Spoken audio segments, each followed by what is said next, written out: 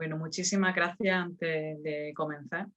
A Manu, a Cora, es un placer enorme volver a estar aquí. Recuerdo la primera vez que me invitasteis, como un rato muy revelador y muy agradable y me sentí muy en casa.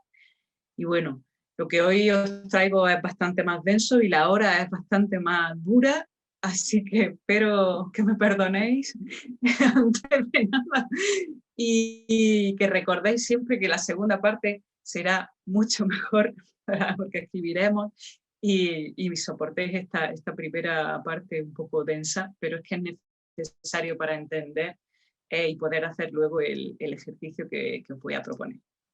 Bueno, Simone de Beauvoir escribe en El segundo sexo: la humanidad es masculina y el hombre define a la mujer, no en sí, sino en relación con él. La mujer no tiene consideración de ser autónomo. La mujer se determina y se diferencia con respecto al hombre y no a la inversa. Ella es lo inesencial frente a lo esencial. Él es el sujeto, el absoluto. Ella es lo otro. Ese sujeto absoluto, ese uno que siempre ha sido el hombre, fue durante siglos el único legislador del lenguaje, quien tuvo en exclusiva la potestad para nombrar y, por tanto, para hacer aparecer o desaparecer las cosas como un prestidigitador, para moldear la realidad a su antojo, pues, como sabemos, lo que no se nombra no existe. El hombre inventó la historia del origen del mundo, la cinceló sobre piedra y la contó cada noche en torno al fuego, donde se nombra lo que merece recordarse y transmitirse, las cosas llamadas a pervivir. Y repitió esa historia tantas veces que fue imposible no creerla. Convirtió su relato del mundo en el mundo mismo y lo volvió verdad sin tiempo, inamovible. Y en ese relato sobre el origen del mundo, si atendemos a las distintas tradiciones religiosas y paganas, la mujer llegó siempre después. La mujer aterrizó en un mundo hecho por dioses varones en el que los primeros hombres ya estaban allí. Y ese llegar después se me antoja una metáfora perfecta y dolorosa de la posición secundaria, subalterna, que a lo largo de la historia hemos ocupado. La mujer, además, fue creada en todos los casos a partir de partes de ese sujeto absoluto, que era el hombre, o modelada por manos de varón con diversos materiales. Así, Eva sale de la costilla de Adán y a Pandora la modela a efecto a partir de tierra y de agua. Desde el principio incompleta, insuficiente, fallida, defectuosa. Varón truncado nos llamaba Santo Tomás, mientras Aristóteles señalaba: la hembra es hembra en virtud de una determinada carencia de cualidades. La primera mujer, da igual si se llama Eva, Lilith o Pandora, fue armada por los hombres como un puzzle. Primero esquirla, astilla y solo después hueso. Esa mujer, además, aterrizó en todos los casos a un mundo de hombres prósperos que hasta entonces no había conocido ningún mal, un auténtico paraíso en la tierra. Los dioses la crearon o bien como compañía y ayudante del hombre, como Eva y Lilith, o directamente como castigo, como venganza, que es el caso de Pandora, a quien Zeus manda crear para vengarse de Prometeo. Y en todos los relatos, desde el principio, la mujer es la culpable, la responsable de la caída del hombre, de su expulsión del Edén, o de la destrucción misma de ese paraíso, que nunca más podrá volver a serlo, que es el caso de Pandora, responsable de que todos los males que asolan la tierra salgan de esa vasija que los contenía y se esparzan por el mundo.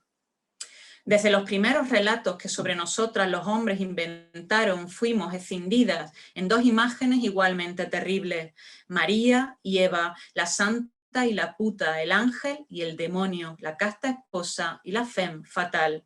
Mientras nos convencían de que para borrar nuestro pecado original debíamos parecernos a María, ser madres y esposas serviles, castas, puras, abnegadas, sumisas, obedientes, hermosas y discretas, no recordaban que nuestra auténtica naturaleza era la de Eva, que éramos estúpidas, perversas, cotorras, malvadas, lenguaraces, desobedientes, perniciosas, tentadoras, mentirosas, sexualmente insaciables.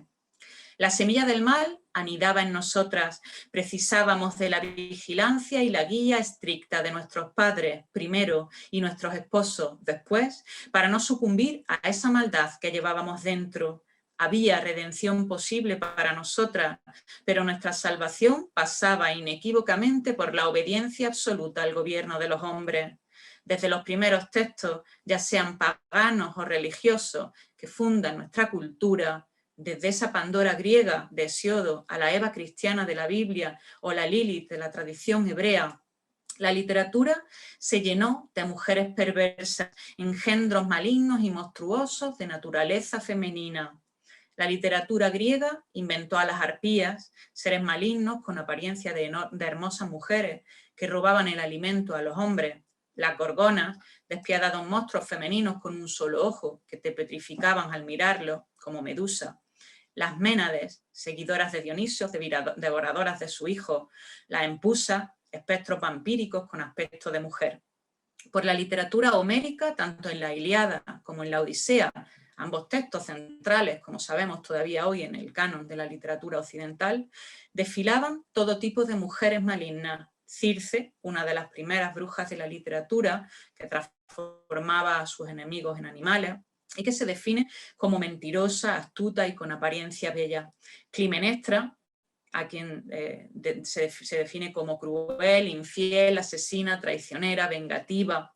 La sirena, cuyo canto enloquecía a quien lo oyera. Escila, ese monstruo con torso de mujer y cola de pez. Caribdis, ese monstruo con forma de remolino que lo engulle todo a su paso. La hidra de Lerna, un monstruo con cabeza de serpiente. La esfinge, un demonio de destrucción que se representa con rostro de mujer y cuerpo de león. Y un largo etcétera. Por supuesto, la contracara la ofrecían las esposas sufrientes y abnegadas, cuyas vidas no eran más que un enorme vacío, un silencio, una pausa. Penélope tejiendo de día y destejiendo de noche la mortaja de Laertes para ganar tiempo frente a sus pretendientes, a la espera de que Ulises regresara, Euriclea, Arete, Helena. En la Edad Media cristiana nos volvimos definitivamente demoníacas. La Iglesia Católica nació sobre el humus de la misoginia. Solo hay que ver lo que San Jerónimo, uno de sus padres, decía de nosotras para hacerse a la idea del alcance de ese odio. La mujer es la puerta del demonio, la patrona de la perversidad, la mordedura de la serpiente. La literatura de esa época inventará al súcubo, un demonio con apariencia de mujer bella que seduce a los hombres. Las serranas, mujeres masculinizadas, grotescas, violentas. Las ogresas, las hechiceras, los demonios con pecho de mujer y, por último, las brujas. Y contra ellas escribirá tratados como el Malleus Maleficarum, para demostrar que cualquier mujer, por el hecho de serlo, es sospechosa de brujería. En la Edad Media y los primeros siglos de la Edad Moderna, toda mujer fue una bruja en potencia, al considerarse el mal como algo inherente a la naturaleza femenina.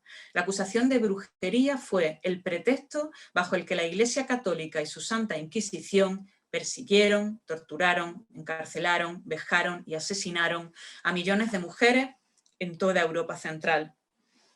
En el siglo X, el abad de Cluny escribe este exabrupto. La belleza física no va más allá de la piel. Si los hombres vieran lo que hay debajo de la piel, la vista de las mujeres les sublevaría el corazón. Cuando no podemos tocar con la punta del dedo un escupitajo o la porquería, ¿cómo podemos desear abrazar ese saco de estiércol? Malbor, el obispo de Rennes, luego monje de Angers, en el siglo XII, escribe: entre las innumerables trampas que nuestro taimado enemigo ha tendido a través de todas las colinas, la peor y la que casi nadie puede evitar es la mujer. Cepo funesto de desgracia, vástago de todos los vicios que ha engendrado en el mundo entero los escándalos más numerosos. En el siglo XIII, Alberto Magno dice: la mujer es un hombre ilegítimo y tiene una naturaleza incorrecta y defectuosa en comparación con el hombre. En consecuencia, es insegura de sí. Cuando no consigue algo por sí misma, trata de lograrlo a través de mentiras y engaños diabólicos. Y así, para ser breve, con toda mujer hay que estar en guardia, como si se tratase de una serpiente venenosa o el diablo con cuernos. En el siglo XIII, Arnau de Vilanova escribe: «Me ocuparé aquí, con la ayuda de Dios, de lo que concierne a las mujeres, y como la mayor parte del tiempo las mujeres son bestias malignas, me referiré a continuación a la mordedura de los animales venenosos». En el Martillo de las Brujas, el Malleus Maleficarum, ese escrito del siglo XVI que se llega a considerar el tratado más importante sobre la caza de brujas y que fue todo un referente en los juicios de brujería hasta el siglo XVII, Kramer y Sprenger escriben cosas como esta. Estamos ya en el siglo XVI, comenzamos en el siglo X con los exabruptos y ya vamos por el XVI. Toda la malicia no es nada junto a una malicia de mujer. La mujer, ¿qué otra cosa es sino la enemiga de la amistad, la pena ineluctable, el mal necesario, la tentación natural, la calamidad deseable, el peligro doméstico? Una mujer que piensa sola, piensa en el mal. Si no existiera la malicia de las mujeres, incluso sin hablar para nada de las brujas, el mundo se libraría de innumerables peligros. La mujer es una quimera, su aspecto es hermoso, su contacto fétido, su compañía mortal. La mujer es el enemigo adulador y secreto. Y si decimos que es más peligrosa que una trampa, no queremos decir una trampa de cazador, sino diabólica. Pues San Bernardo dice: sus caras son como viento abrasador y sus voces silbidos de serpiente, pero también aplican encantamientos nefastos a incontables hombres y animales. Con la Ilustración, la lógica organicista y el pensamiento religioso dejan progresivamente, como sabemos, de estar en el centro del mundo. Se imponía el paradigma racionalista, el gobierno de la luz, de la razón. ¿Qué ocurrió con las mujeres entonces? Pues pasó que la luz cayó sobre todas las cosas menos sobre nosotras, que seguimos a oscuras, que lo nuestro continuó sin ser cartografiado, fuera de los mapas, que esa igualdad, libertad y fraternidad que los intelectuales de la época pregonaban no fue, ni mucho menos, para todos. Es cierto que dejamos de ser condenadas por brujas y quemadas en la hoguera. La ciencia moderna, el imperio de la razón, encontró nuevas formas más sofisticadas y acordes a los tiempos de castigarnos y nuevas explicaciones, ahora en nombre de la ciencia, de por qué debíamos ser castigadas. Nos convertimos en locas, se patologizó la feminidad y todas nos volvimos enfermas. Histeria, melancolía, vapores, hipocondría, frigidez, ninfomanía, eran algunos de los diagnósticos que sobre nuestros cuerpos y nuestras mentes caían pesados hasta aplastarnos, sirviendo como excusa para seguir legislando nuestras vidas, teniendo sobre nosotras la última palabra. Ya no se nos condenaba a ser quemadas en la hoguera, pero se nos internaba en los psiquiátricos y se nos sometía a duchas pélvicas y a corrientes galvánicas. Se nos encerraba y se nos torturaba, se nos violaba en nombre de la medicina, se nos enfermaba para curarnos. El miedo a la mujer con una sexualidad activa ha estado también presente en todos los tiempos y va desde Lilith, como hemos visto, o Circe, a esa histérica de la época victoriana, o al estereotipo de la femme fatale, omnipresente en la literatura y en el arte de los siglos XIX y XX.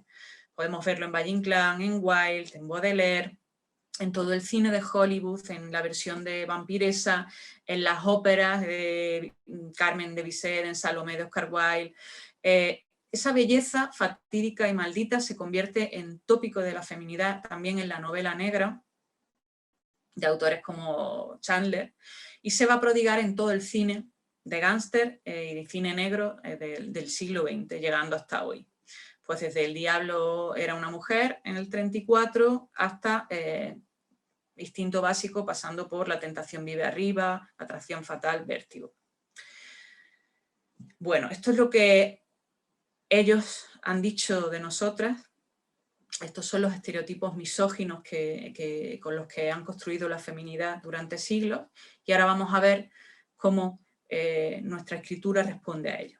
la escritura de mujeres, una corriente subterránea. A menudo, las mujeres escritoras no aparecimos en la gran foto de familia de la literatura. Nuestra verdad y nuestros rostros casi siempre estuvieron fuera de foco, y cuando se nos encuadró, se nos vio en los márgenes, siempre en segundo plano, mostrando un perfil esquinado. Nuestras madres no tuvieron rostro, sus ojos y sus versos fueron concienzudamente borrados de la historia, por eso no las vimos y por eso tampoco hemos sido del todo capaces de vernos a nosotras. Crecimos sin la herencia de las que con nuestros mismos pies habían andado antes, sin su huella. Crecimos con un único espejo, el que los hombres nos pusieron delante de los ojos. Al no tener otra imagen en la que reflejarnos, creímos que éramos esos seres deformes que describían las ficciones masculinas, desde Homero a Quevedo, desde Milton a Shakespeare, de Flaubert a Baudelaire, de Tolstoy a Wilde. Y no nos engañemos, esa imagen distorsionada de nosotras, esa imagen cepo en la que durante tantos siglos hemos estado atrapadas, no terminó en las postrimerías del siglo XIX y ni siquiera en el recientemente extinto siglo XX. Ese espejo que nos encoge o agranda a su antojo, que nos deforma hasta convertirnos en seres monstruosos o nos adelgaza hasta volvernos objetos delicados e insignificantes, ese espejo armado con el deseo y el miedo de los hombres, sigue estando delante de nosotras. Durante siglos, las mujeres bailamos en la historia del mundo mientras alguien sin ritmo nos pisaba los pies a cada instante. ¿Y quién habló de ese dolor, de lo que ocurría debajo del corsé, de las enaguas, del vestido? Nunca interesó escuchar esa historia porque el mundo se levantaba sobre las casacas de quienes decían ser los únicos capaces de entender la música, de seguir el compás, de quienes aseguraban que en ese baile de la historia, si ellos no nos llevaban, si no agarraban nuestra cintura, estábamos perdidas. Que sin ellos no había baile, ni música, ni había historia misma. Pero en todos los tiempos hubo mujeres que no se conformaron con el relato contado siempre desde unos mismos ojos de ese baile que obviaba cada pisotón que nos dieron y cada giro nuestro, que olvidó a conciencia que en el otro lado había también quienes miraban de una forma distinta, que nosotras también tuvimos ojos y que a la luz de esos ojos la historia fue distinta. En todos los tiempos hubo mujeres escritoras que a pesar de las muchas dificultades contaron, valiéndose del mismo lenguaje prisión, del mismo lenguaje que las mantenía confinadas, su historia, sabiendo que la palabra llave con la que ellos cerraban las puertas desde fuera era también la única herramienta que podría algún día abrirlas. Pero ¿cómo podíamos las escritoras convertir esa palabra que casi siempre servía para encerrarnos en algo liberador? ¿Cómo podíamos dejar de creer todas esas mentiras que sobre nosotras se habían repetido hasta la saciedad? ¿Cómo podíamos romper esa imagen en la que nos habían atrapado su espejo? Buscando una tradición propia, rescatando a esas madres que no vimos, aferrándonos a esos otros espejos que con su escritura, la otra, habían tratado de armar en todos los tiempos. Estaba claro que las escritoras habíamos crecido huérfanas de madre, sin una tradición propia, sin una genealogía, lectoras de un canon que no solo no nos incluía como autoras, sino que nos recluía dolorosamente, como hemos visto, en las imágenes del ángel y el monstruo, teniendo que reconocer como padres y maestros a todos aquellos que hablaban desde esa estructura de dominación que los colocaba por encima. Estaba claro que habíamos crecido leyendo a unos padres que casi nunca pensaron en nosotras como lectoras, mucho menos como escritoras, como iguales. Hombres que escribieron para hombres. No en vano, durante siglos, fue esa la forma de nombrar lo humano, y aún sigue siéndolo. Decimos los hombres y creemos aludir a la humanidad entera, mientras hacemos desaparecer en el lenguaje a la mitad de la misma. Y mientras leíamos a Homero, Shakespeare, Milton, Quevedo, a Freud, no leíamos a Safo, Walada, Cristina de Pizán, Teresa de Jesús, Sor Juana, Jane Austen, Emily Dickinson, Las Bronte, Emilia Pardo Bazán, Rosalía Castro, Storni, Virginia Woolf y a las cientos de mujeres que nos habían precedido. Por eso, nuestra voz fue tantas veces un eco más de la estructura de dominación patriarcal, una palabra que seguía clausurando las puertas en lugar de abrirlas. Rescatar la escritura de nuestras madres es esencial para encontrar la nuestra. Se trata de ver a las otras para llegar a vernos, de saber cómo fueron para saber qué somos. Porque encerradas en esa imagen distorsionada de nosotras que ofrecía el espejo masculino, se volvía difícil reconocernos. Dicen Gubar y Gilbert en La loca del desván. Por supuesto, para todos los artistas literarios, la autodefinición precede necesariamente a la autoafirmación. El yo creativo no puede enunciarse si el yo no sabe qué es. Pero para la artista femenina, el proceso esencial de autoafirmación se complica por todas las definiciones patriarcales que se interponen entre ella y ella. Por eso, para romper con la superficie del espejo, las escritoras somos esas que con una pala larga y la espalda torcida desenterramos lo que otros enterraron con esmero, recuperamos lo que escribieron las demás para armar con sus relatos, cristal a cristal, un nuevo espejo en que mirarnos. Uno que nos permita vernos en nuestras dimensiones exactas, tan diversas, tan complejas, tan humanas como aquellos que nunca nos imaginaron sus iguales, tan distintas entre nosotras, pero compartiendo el eco de un mismo dolor, de la misma injusticia, de la misma horrible historia. Escribe Adrienne Rich en Sobre mentiras, secretos y silencio. Hoy en día las mujeres están hablando entre sí, recuperando una cultura oral, compartiendo nuestras historias de vida, leyendo unas a otras en voz alta los libros que nos han conmovido, que nos han curado, analizando el lenguaje que ha mentido acerca de nosotras, leyendo en voz alta nuestras propias palabras. Tenemos una deuda con todas las que vinieron antes de nosotras, con todas las que allanaron el camino e hicieron posible que hoy podamos sentarnos frente a un ordenador y teclear palabras. La crítica feminista pasó de un primer momento centrado en analizar esa imagen deforme de nosotras que había atravesado de forma totalmente ubicua los textos escritos por hombres, a un segundo momento en el que al fin volvió la vista hacia lo escrito en todos los tiempos por las mujeres. Es lo que Showalter bautizó como ginocrítica. Así lo explica ella. La crítica feminista ha cambiado gradualmente su interés central por la lectura revisionista hacia una investigación sostenida sobre la literatura escrita por mujeres. La segunda modalidad de crítica feminista, engendrada por este proceso, es el estudio de las mujeres como escritoras, y sus objetos de estudio son la historia, los estilos, los temas, los géneros y las estructuras de la escritura de las mujeres. La ginocrítica trata de establecer, por tanto, una genealogía, de encontrar en la escritura de mujeres elementos comunes que permitan hablar de una tradición propia. Y en esa búsqueda pone el énfasis a menudo en la escritura de mujer como una escritura desencajada, fuera de gozne. Dice en Gubar y Gilbert, ¿dónde encaja una mujer escritora en la historia de la literatura abrumadora y esencialmente masculina? Tenemos que responder, continúan, que una escritora no encaja en ella. En efecto, a primera vista parece ser anómala, indefinible, alienada, una intrusa estrafalaria. Esa sospecha de ser una anomalía, el síndrome de la impostora, de la intrusa, el sentimiento de orfandad y la consiguiente búsqueda de referentes femeninos en los que mirarnos, han sido constantes en nuestra escritura.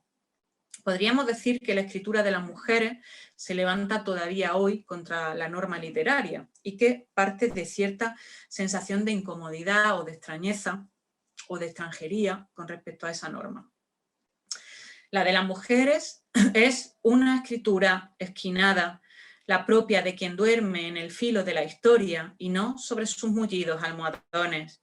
La escritura de mujeres es una escritura inesperada, un acto no previsto en el propio contexto en que se inscribe, un error de cálculo, un desafío, algo que, como dice Hélène Cixous, hace estallar la ley, quebranta la norma, de modo que ésta empieza a mostrar sus fracturas. Dice Monique Whiting, El lenguaje que hablas envenena tu glotis, lengua, paladar, labios. El lenguaje que hablas está formado por palabras que te están matando. El lenguaje que hablas está formado por signos que designan lo que los hombres se han apropiado. La primera dificultad que comparte la escritura de mujeres es la de hablar la lengua del amo, en términos lacanianos. Un lenguaje donde todo lo nuestro permanece sin nombre, un lenguaje preñado de la misma ideología que nos somete, nos invisibiliza, nos niega. La escritura de mujer irrumpe en el mismo lugar que siempre la ha negado y se vale de sus mismas palabras, aquellas que sirvieron para amordazarla. Pero la mujer escritora no quiere reapropiarse del lenguaje que la había sometido a la manera masculina para seguir usándolo como herramienta de dominación, sino para subvertirlo, deconstruirlo, romperlo hasta volverlo otra cosa, algo blando, elástico, algo que pueda estirarse para que quepamos todos, todas, las oprimidas, las silenciadas, las invisibles. La escritora, durante tanto tiempo denostada, inferiorizada, ridiculizada o sencillamente invisible, no quiere reapropiarse de sí a costa de una afirmación de su propio yo que deje a otros, otros y otras fuera. Las escritoras, más que de la posesión de certezas o de respuestas, parten de la duda. Decía Marguerite Duras, esa es la verdad, no hay otra, la duda es escribir. También Clarice Lispector decía, mientras tenga preguntas y no tenga respuestas, seguiré escribiendo. La escritura de las mujeres surge a menudo de la incomodidad, de esa sensación de extranjería con respecto al mundo y a la tradición literaria, a los que la escritura siente a la vez que pertenece y que no, que la afirman y que la niegan, o que la afirman en tanto permanezca en su posición de subalterna y la niegan cada vez que intenta escapar de esa estructura de dominación. No en vano, es muy común encontrar en la poesía escrita por mujeres la figura de la desconocida, la extranjera, la extraña, con la que el yo poético se identifica. Es común la sensación de no pertenecer al mundo que se habita. La escritura de las mujeres, además, a menudo parte de esa búsqueda del yo para llegar a un nosotras, quiere ser voz colectiva, nace del reconocimiento de la otredad y no de su negación, de una sed de alteridad, abrazando lo múltiple sin miedo a la vastedad de lo diverso. Creemos que salvaguardando la singularidad de quienes han tratado de escribir para construirse una voz propia, mirando en conjunto y en perspectiva, es posible encontrar en los textos escritos por mujeres características en común. No solo por las mujeres que viven una misma época y que comparten unas mismas condiciones materiales de existencia, sino en un eje diacrónico por las mujeres de todos los tiempos y de todos los lugares, dado el alcance universal del patriarcado. Bueno, a los que hemos venido apuntando como posibles rasgos presentes en gran parte de la escritura de las mujeres, esa necesidad de interrogación, de interrogarse, las imágenes de reclusión y de encierro, la problematización del yo, la reflexión sobre los límites de ese lenguaje que es el mismo que las está encerrando, la figura de la extraña y de la forastera, de la exiliada. Se suma la reescritura crítica, incluso a veces, como vamos a ver, irónica o paródica, de esos textos fundacionales de la cultura occidental, que hemos visto al principio. Así lo explica Sharon Keefe Ugalde. Entre las cenizas de la feminidad patriarcal, los escombros de la extranjería, los muros limitantes, las historias falsas, la represión sexual, la supuesta locura, las poetas crean nuevas imágenes de lo que significa ser mujer. La revisión se convierte en una estrategia textual predilecta para la construcción de un espacio discursivo propio. Las poetas reformulan las narrativas y mitos fundacionales y transforman las imágenes, los símbolos y los espacios femeninos del canon patriarcal. De este modo, la escritura de mujeres revisita figuras femeninas presentes en la mitología, así como algunas de las mujeres que han poblado la ficción escrita por hombres, desde Eva, Circe, Pandora, Penélope, Lilith, la mujer de Oz, Antígona, Medea, la figura de la bruja, la histérica, Ana Karenina, Ofelia o Emma Bovary. Las reescribe para resignificarlas, para darles la vuelta, para limpiarles el estigma patriarcal. y a la vez que reescribe esos personajes femeninos tratando de romper la superficie del espejo masculino, construye nuevos personajes femeninos fuera de esas imágenes enfrentadas de Eva y María. La reescritura es una poderosa estrategia de reapropiación que a la vez que pone bajo tachadura el texto original, genera otro nuevo.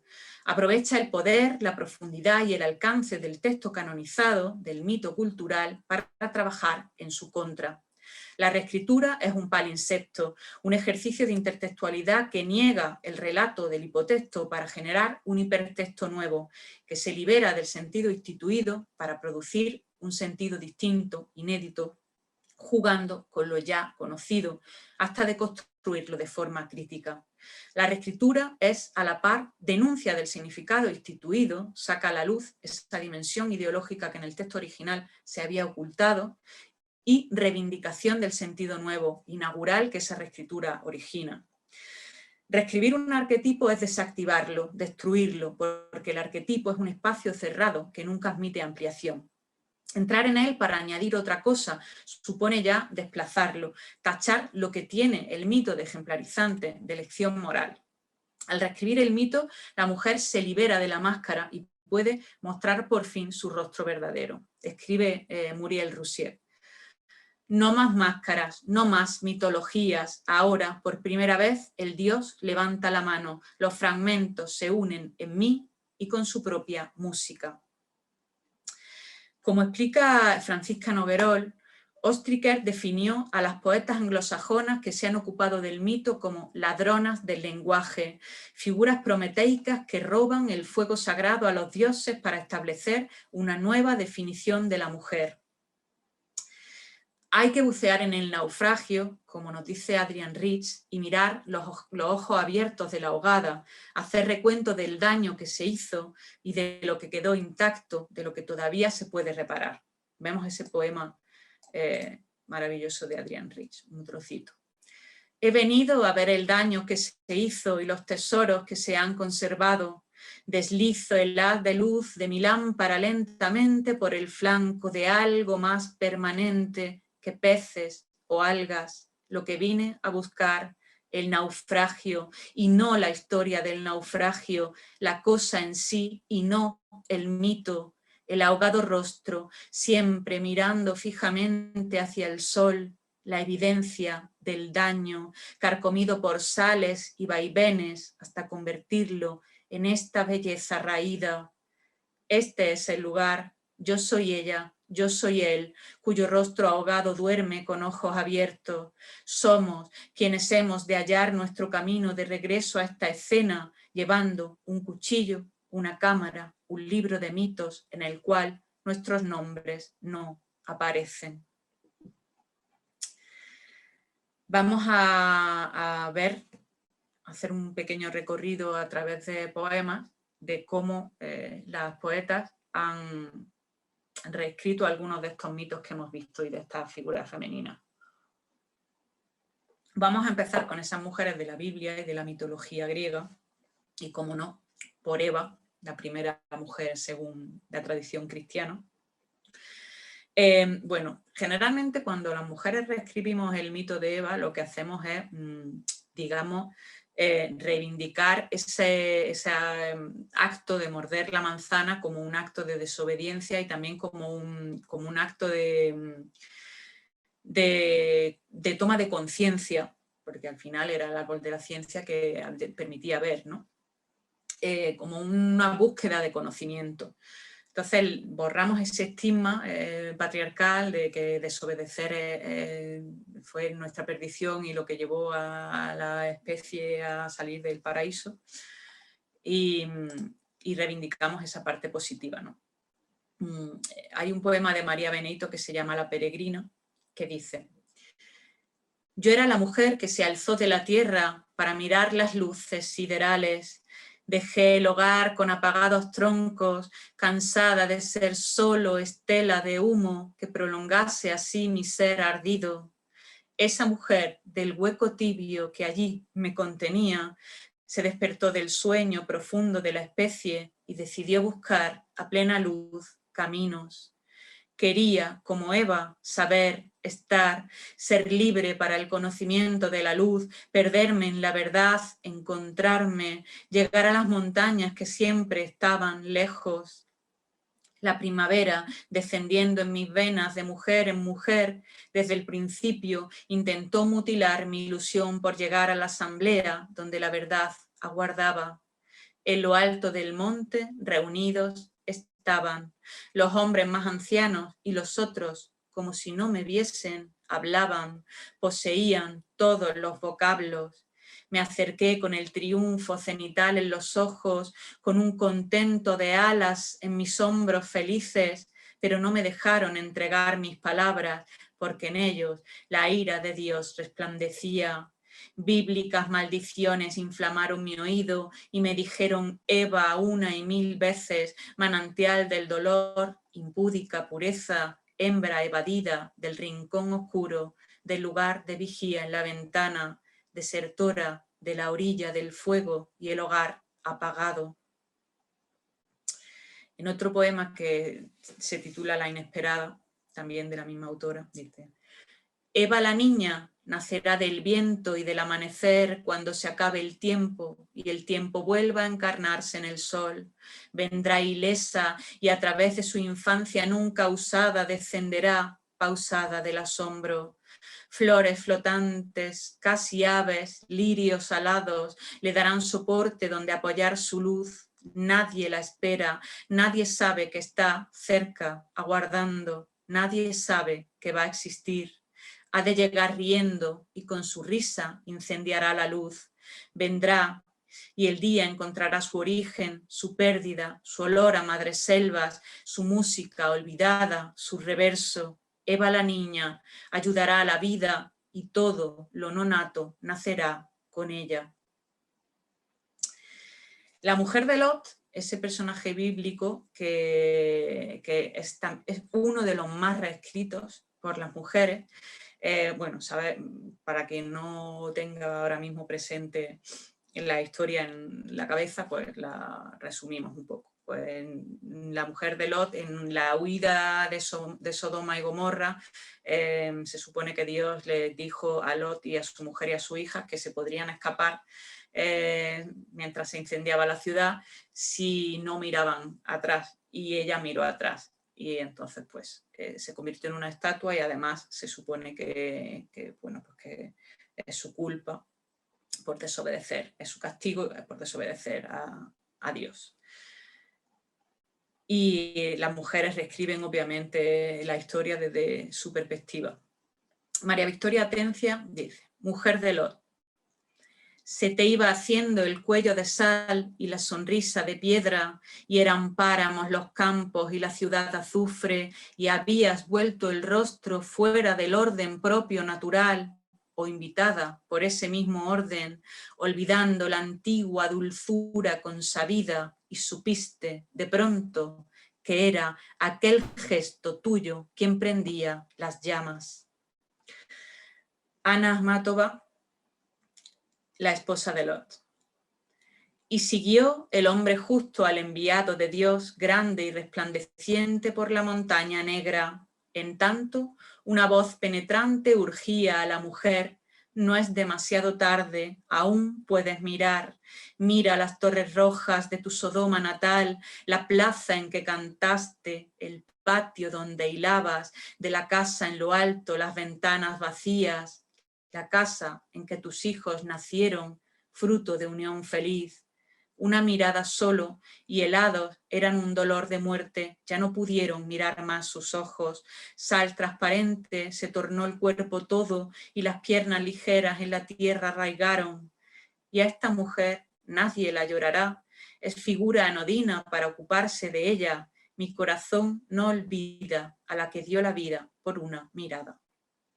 Wisława Szymborska, con esa ironía tan característica suya, hace este poema que es genial, de la mujer de Lot. Tal vez miré hacia atrás por curiosidad, pero además de curiosidad pude tener otras razones. Miré atrás porque me dio tristeza la escudilla de plata, por distracción, amarrándome el cordón de la sandalia, para no mirar más la nuca justa de mi marido Lot, por la seguridad repentina de que si yo muriera, él no se detendría, por la desobediencia natural de los humildes, escuchando cómo nos perseguían, conmovida por el silencio, pensando que Dios cambiaría de idea. Nuestras 2 hijas se perdían ya tras la colina, sentí la vejez en mí, el alejamiento, lo inútil de viajar, sueño. Miré hacia atrás mientras ponía mi atillo en el suelo, miré hacia atrás, preocupada por el siguiente paso, por la vergüenza de huir a escondidas, miré atrás por soledad, por las ganas de gritar, de regresar, o porque justo entonces se soltó el viento, desató mi pelo y me levantó el vestido. Sentí que me veían desde los muros de Sodoma y se morían de risa una y otra vez. Miré hacia atrás llena de rabia para gozar plenamente su ruina. Miré hacia atrás por todas las razones mencionadas. Miré hacia atrás sin querer. Fue solo que la roca giró gruñendo bajo mis pies, que una grieta de pronto me cortó el paso. En la orilla un hámster agitaba las patas delanteras. Yo seguí corriendo, arrastrándome y trepando hasta que la oscuridad cayó del cielo y con ella grava ardiendo y aves muertas. Por falta de aliento varias veces perdí el equilibrio. Si alguien me hubiera visto, pensaría que bailaba. Es posible que haya tenido los ojos abiertos, que haya caído mirando la ciudad. Casandra es otro personaje que también ha sido muy reescrito, si os acordáis de la historia de Casandra, esa divina a la que Apolo escupe en la boca y la maldice, diciéndole que va a seguir viendo el futuro, pero nadie va a creer sus predicciones. Esa será su maldición. Entonces ella anuncia la caída de Troya y el engaño del caballo de Troya, pero nadie la cree y acaba pues teniendo que ver cómo se reduce su ciudad a cenizas, ¿no? Este poema de María Rosal, Casandra, dice: desmedida en tu huella, eres hija inocente del desierto y las olas, azul incandescencia, remota en tus senderos, en la cumbre perfecta del racimo y los labios, cíngulo de tu aliento, dormido en las adelfas, ¿eres diosa o camino, mujer acaso? Y basta. Francisca Aguirre tiene un poema en prosa que se titula Casandra, que dice: hablo porque mi corazón lo necesita, porque el muerto que habita entre mi sangre sabe que mis palabras son su hijo y que antes de que nazcan una mano asesina los borra con premura, de manera que acaso mi silencio sea más elocuente que mis gritos. Mas ni siquiera la desesperanza, la infame certidumbre del minuto y el destino logran apaciguar mi corazón y convertirlo en un testigo mudo. Hablo porque los perros que vigilan mis noches aúllan a una muerte que se viste de niña y que pocos descubren y que muchos abrazan como si se tratara de la vida. Dafne es otro personaje que también ha sido muy reescrito. No sé si os acordáis en la mitología griega. Dafne es hija del dios Ladón y Apolo se enamora de ella, se supone que por culpa de una flecha que le lanza Eros, y la persigue para violarla. Entonces ella acude a su padre pidiéndole ayuda y su padre no se le ocurre otra cosa que transformarla en laurel para impedir que Apolo la viole. Hay un poema de Margaret Atwood que se titula Dafne, Laura y etcétera. Él fue quien me vio justo antes de mudar, antes de que corteza, piel, nieve me cerrasen la boca y que a mis ojos les creciesen ojos. Supongo que habré mostrado demasiado miedo o demasiada pierna, y esa mirada suya de incredulidad no fue mi intención. ¿Qué culpa tengo si su cuello resultó más frágil de lo que imaginé? Los dioses no atienden a razones, saben lo que quieren, la marca del bronceado en el lugar donde la espalda pierde su nombre, unos dientes como albahaca, un labio perlado de sudor, al menos eso se dice en los juzgados. ¿Por qué hablar si puedes expresarte en susurros o crujir como hoja seca? Ven bajo la cama, que aunque feo es sitio más seguro. Tengo 8 dedos y caparazón y vivo libre en los rincones, libre para estar en vela toda la noche mientras cultivo ideas propias, ponzoña, telaraña, sombrero, algún último recurso. Lo recuerdo corriendo tras de mí, quería algo, no sé qué cosa demandaba. Juana Castro, Dafne. Que tu luz no me busque, Apolo, porque soy hoja que vive con el viento. Toda la savia es una caricia blanda, tengo verdes los brazos de besarme en las ramas, de mirar en las sombras el cristal desvaído de mi cuerpo.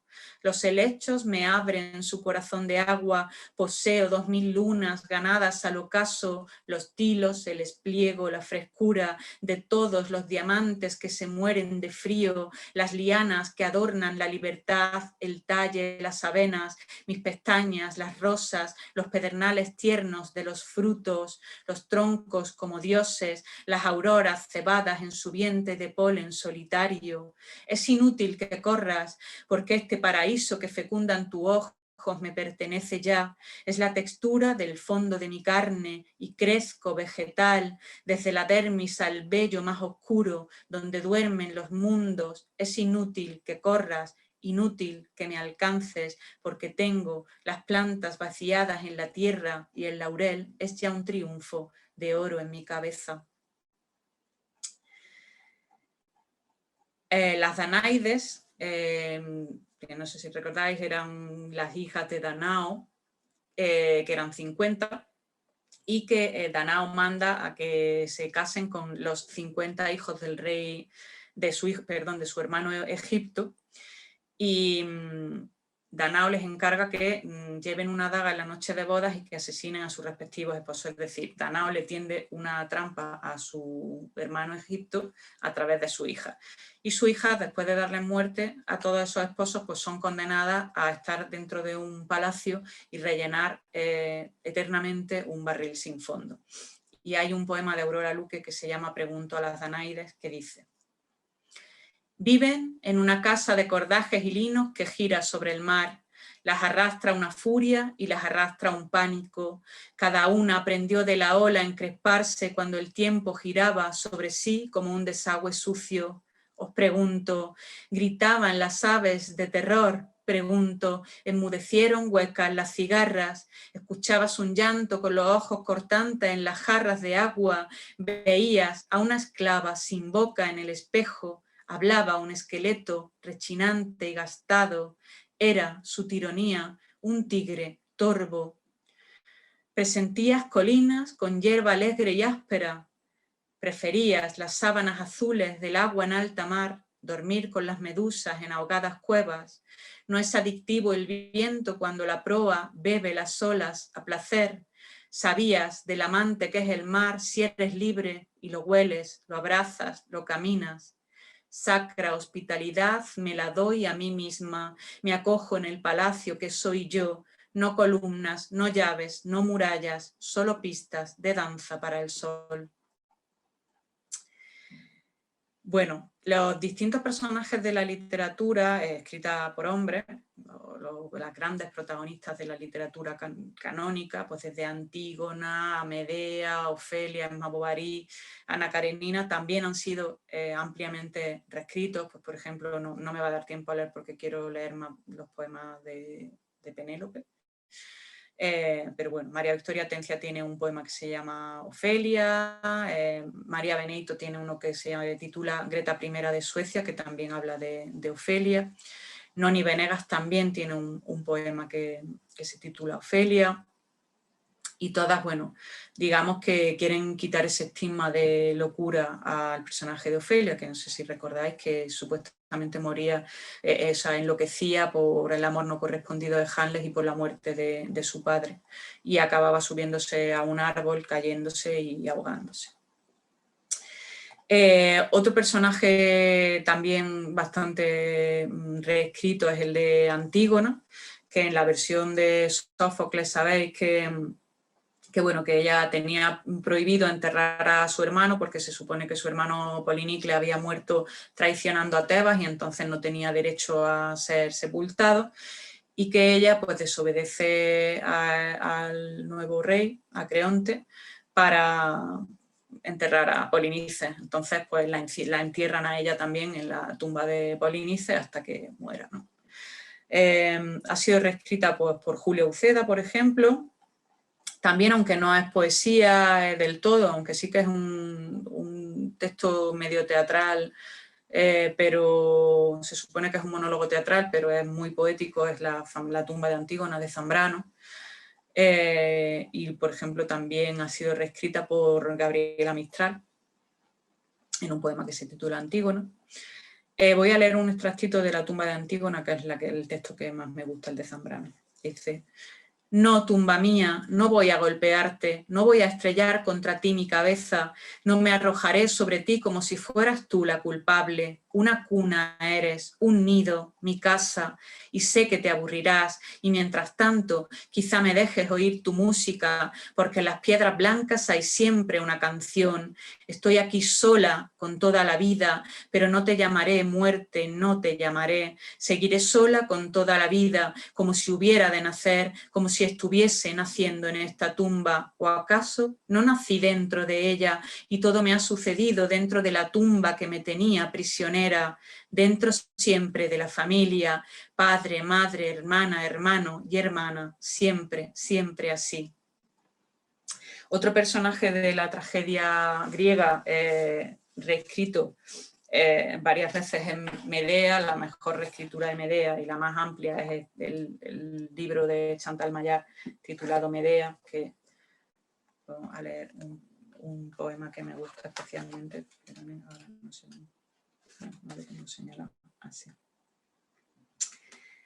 que dice: ¿pensáis que todo crimen responde a un motivo? No es así. Bueno, o sea, para poneros en contexto, a quien no recordéis, Medea mató a su esposo que la había abandonado por otra y a sus propios hijos. Pensáis que todo crimen responde a un motivo. No es así. Todo tiene una causa, pero no toda causa es un motivo. El crimen os ofende. Pensáis que nos incumbe, que no sois responsables de aquello que sucede fuera de vuestro cerco. En el corral de los justos el pago restaura el equilibrio, pero ningún verdugo os pondrá a salvo de los falsos saberes, ninguna víctima os salvará de la ignorancia. ¿Qué culpa, preguntáis? ¿De qué somos culpables? Necios, ¿acaso no lo veis? ¿No oís el estruendo de la rueda? ¿No sospecháis del decorado? ¿No os tientan sus grietas? ¿No despertáis alguna vez entre un día y otro día con la pregunta en los labios? Bueno, Medea básicamente toma la palabra en este texto de Chantal Mayar y para complejizar esa figura de la mala, ¿no? Que dentro de las dos figuras en las que estábamos escindidas, pues claramente Medea es la bruja, es la mala. Y Chantal Mayar problematiza ese estereotipo y muestra la complejidad psicológica de Medea, ¿no? También los personajes, como decíamos, más de la literatura contemporánea moderna, como pueden ser Emma Bovary de Flaubert o Ana Karenina, han sido también reescritos. Os recomiendo mucho sendos poemas de Aurora de Albornoz, Emma Bovary y Ana Karenina, que no me voy a leer porque no me quiero detener. Y por último, antes de pasar ya a ver cómo se ha reescrito el personaje de Penélope, antes de luego en nuestra sesión pasar a intentar reescribirlo nosotras, voy a leer un poema de Rosario Castellanos que, digamos que una pequeña cápsula mete a todo lo que hemos dicho y hace como un repaso por todos esos personajes. Meditación en el umbral. No, no es la solución tirarse bajo un tren como la Ana de Tolstoy, ni apurar el arsénico de Madame Bovary, ni aguardar en los páramos de Ávila la visita del ángel con venablo antes de liarse el manto a la cabeza y comenzar a actuar. ni concluir las leyes geométricas contando las vigas de la celda de castigo como lo hizo Sor Juana. No es la solución escribir mientras llegan las visitas en la sala de estar de la familia Austen, ni encerrarse en el ático de alguna residencia de Nueva Inglaterra y soñar con la Biblia de los Dickinson debajo de una almohada de soltera. Debe haber otro modo que no se llame Safo, ni Mesalina, ni María Egipciaca, ni Madalena, ni Clemencia Isaura. Debe haber otro modo de ser humano y libre, otro modo de ser. Bueno, y dentro de los personajes de la Odisea, también no solo Penélope, sino muchas otras mujeres han sido reescritas. Circe, por ejemplo, ha sido reescrita por Atwood en los poemas del lodo, Circe. También por Luisa Futuransky en Circería, La Sirena, por Michel Naxin. Si queréis luego puedo pasar una lista con otros poemas que no nos ha dado tiempo, que hemos dejado aquí de lado, con otras reescrituras. Pero vamos a pasar a ver cómo se ha reescrito a Penélope. Y empezamos por Rosalía de Castro, en su poema Desde los 4 puntos cardinales. Pero yo, en el rincón más escondido y también más hermoso de la tierra, sin esperar a Ulises, que el nuestro ha naufragado en la tormenta, semejante a Penélope, tejo y destejo sin cesar mi tela, pensando que esta es del destino humano la incansable tarea, y que ahora subiendo, ahora bajando, unas veces con luz y otras a ciegas, cumplimos nuestros días y llegamos más tarde o más temprano a la ribera. Isabel Rodríguez Vaquero, Penélope. No creáis mi historia, los hombres la forjaron para que el sacro fuego de inventados hogares no se apagara nunca en femeniles lámparas. No creáis mi historia, ni yo esperaba a Ulises tantas Troyas y mares y distancias y olvidos, ni mi urdimbre de tela desurdida de noche se trenzaba en su nombre. Mi tela era mi escudo, no del honor de Ulises, no de la insomne espera del llamas extranjero que los lejanos príncipes que acechaban mi tálamo. Y si el arco de Ulises esperaba su brazo, es porque yo, el arquero solo, desdén profeso, y nada me interesan sus símbolos de pureza, sus espadas, su arco, sus tremolantes cascos y las espesas sangres de su inútil combate. No creáis en mi historia. Cuando volvió el ausente, me encontró defendiendo con mi ingeniosa urdimbre mi derecho inviolable al tálamo vacío, a la paz de mis noches, al buscado silencio. La soledad es un lujo que los dioses envidian. Y vamos a ver la carta a un desterrado de Claribel Alegría. Mi querido Odiseo, ya no es posible más, esposo mío, que el tiempo pase y vuele y no te cuente yo de mi vida en Ítaca. Hace ya muchos años que te fuiste, tu ausencia nos pesó a tu hijo y a mí. Empezaron a acercarme pretendientes, eran tantos, tan tenaces sus requiebros, que apiadándose un dios de mi congoja me aconsejó tejer una tela sutil, interminable, que te sirviera a ti como sudario. Si llegaba a concluirla, tendría yo, sin mora, que elegir un esposo. Me cautivó la idea al levantarse el sol, me ponía a tejer y destejía por la noche. Así pasé 3 años, pero ahora, Odiseo, mi corazón suspira por un joven tan bello como tú cuando eras mozo, tan hábil con el arco y con la lanza. Nuestra casa está en ruinas y necesito un hombre que la sepa regir. Telémaco es un niño todavía y tu padre un anciano. Preferible, Odiseo, que no vuelvas. De mi amor hacia ti no queda ni un rescoldo. Telémaco está bien, ni siquiera pregunta por su padre. Es mejor para ti que te demos por muerto. Sé por los forasteros de Calipso y de Circe. Aprovecha, Odiseo. Si eliges a Calipso, recobrarás la juventud. Si es Circe la elegida, serás entre sus cerdos el supremo. Espero que esta carta no te ofenda, no invoques a los dioses, será en vano. Recuerda a Menelao con Helena. Por esa guerra loca han perdido la vida nuestros mejores hombres y estás tú donde estás. No vuelvas, Odiseo, te suplico, tu discreta Penélope. Y la poeta gallega Joana Torres dice en Penélope. Declara el oráculo que hacia el atardecer es mar de muertos, que ramos de laurel alzan muchachas, que color de malva decide el racimo, que alcances de estas patrias la vendimia, que amaine el viento, beberás el vino, que sirenas sin voz la vela empujen, que un sudario de espuma por las rocas. Y así habló Penélope. Existe la magia y puede ser de todos. ¿A qué tanto ovillo y tanta historia? Yo también navegar. Juana Rosa Pita, esa poeta cubana, dice en sus viajes de Penélope: ¿quién cantará tus viajes infinitos, Penélope? Tu Ulises era apenas un chiquillo chapoteando en la fuente y aventurera inmóvil trascendías como un rayo de luz sobre la tela confiscada a los dioses, tejida sueño a sueño. Hilo a prueba de nortes y de ausencias, con fibra de cereal desenlazado, y mientras tu hombre frágil de prodigios deshilaba su sombra, tú, tejedora máxima, le urdías en su anuente memoria el milagro callado de una isla. ¿Qué hay que hacer, amor, con el deseo? Diluirlo en palabras como entre dedos nocturnos que tiemblan, que deforman memorias, y en las noches de silvano tibiezas, de placeres callados, desenredo fragmentos de humedades sin ti, que no regreses nunca, amor, solo el telar y yo, mi deseo.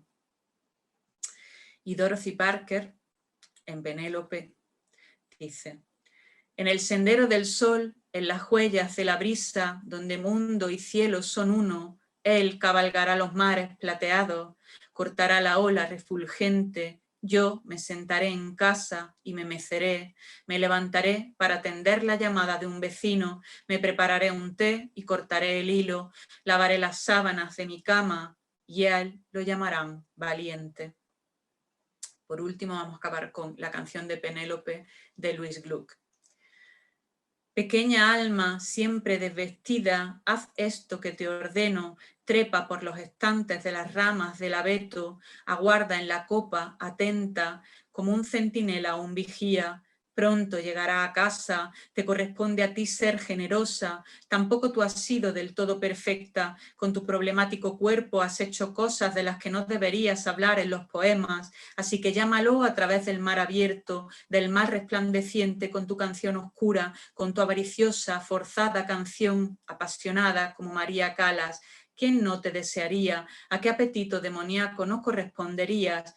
Pronto regresará de allí por donde transcurra su viaje, bronceado por el tiempo fuera de casa, reclamando su pollo asado. Ah, tendrás que darle la bienvenida, tendrás que sacudir las ramas del árbol para captar su atención, pero con cuidado, no sea que desfiguren su hermoso rostro demasiadas agujas al caer. Bueno, aquí acaba nuestro recorrido. Como habéis visto, la reescritura nos ofrece un montón de posibilidades diferentes, desde reactualizar el mito y traerlo a nuestro tiempo, hasta dar voz a esas mujeres, a esos personajes femeninos en una primera persona imaginada que relata cómo habría sido la historia contada de verdad por nosotras, ¿no? Y no por ellos, a ponerse en otra perspectiva, en una perspectiva de una narradora que cuenta la historia de ese personaje femenino y también lo justifica o trata de ver otras razones. En fin, hay muchos modos distintos de reescribir y sobre todo me interesa que tengamos clara ese papel de tachadura, a la manera derridiana que tiene la reescritura, ¿no? La reescritura consiste en poner bajo tachadura lo que había escrito antes, ¿no? Escribir por encima, borronear, ¿no? Digamos, la historia. Y en ese sentido es siempre una subversión cultural.